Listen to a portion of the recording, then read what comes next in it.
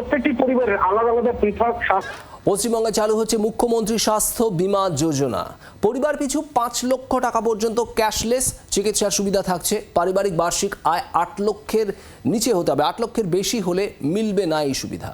SIR প্রক্রিয়া যাদের নাম বাদ পড়েছে সেই ব্যক্তিরাও এই সুবিধা পাবেন না। প্রত্যেক সদস্যকে বিনামূল্যে পৃথক স্বাস্থ্য কার্ড দেওয়া হবে। অয়ন শর্মা আমাদের প্রতিনিধি রয়েছেন। অয়ন, এই নতুন যে স্বাস্থ্য বীমা রাজ্যে চালু হতে চলেছে, ঠিক কি বক্তব্য সেখানে, কারা কারা পাবেন এই সুবিধা? দেখো, তোমাকে বলে রাখি যে এই যে স্বাস্থ্য বীমা, মুখ্যমন্ত্রী স্বাস্থ্য বীমা, সেই স্বাস্থ্য বীমা কিন্তু পাবেন তারাই আগে আয়ুষ্মান ভারত যে প্রকল্প, সেই প্রকল্পের আওতায় পড়েননি এমন মানুষজন তারা কিন্তু পাবেন।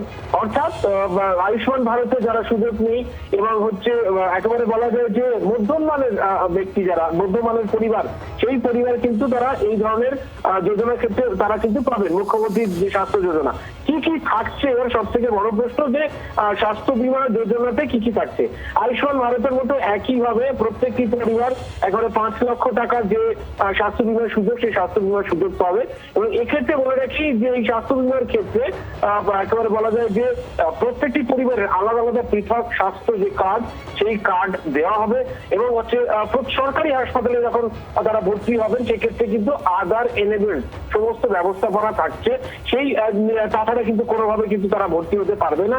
এবং পাশাপাশি তোমাকে বলে রাখি যে এই ক্ষেত্রে কিন্তু যে বিষয়টা খেয়াল রাখা হবে যে যারা এসআইআর প্রক্রিয়ায় এমন নাম বাদ পড়ে গেছে, যতবা এই ধরনের ক্ষেত্রে কিন্তু ভুল নাম, মৃত্যু হয়েছে মানুষের, এই ক্ষেত্রে কিন্তু তারা কিন্তু কোনো ধরনের পাবেন না। তবে যাদের নাম অমীমাংসিত অবস্থায় রয়েছে, সেই সমস্ত মানুষজন কিন্তু এই ধরনের পরিষেবা পাবেন।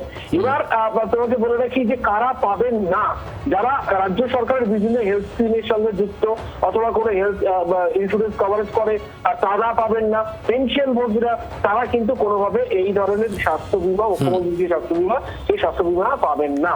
খুব শিগগিরই শুরু হয়ে যাবে স্বাস্থ্য বীমা, এমনটাই কিন্তু জানানো হয়েছে। অয়ন, ধন্যবাদ। আর মুখ্যমন্ত্রী শুভেন্দু অধিকারী কি বলেছেন শোনাবো।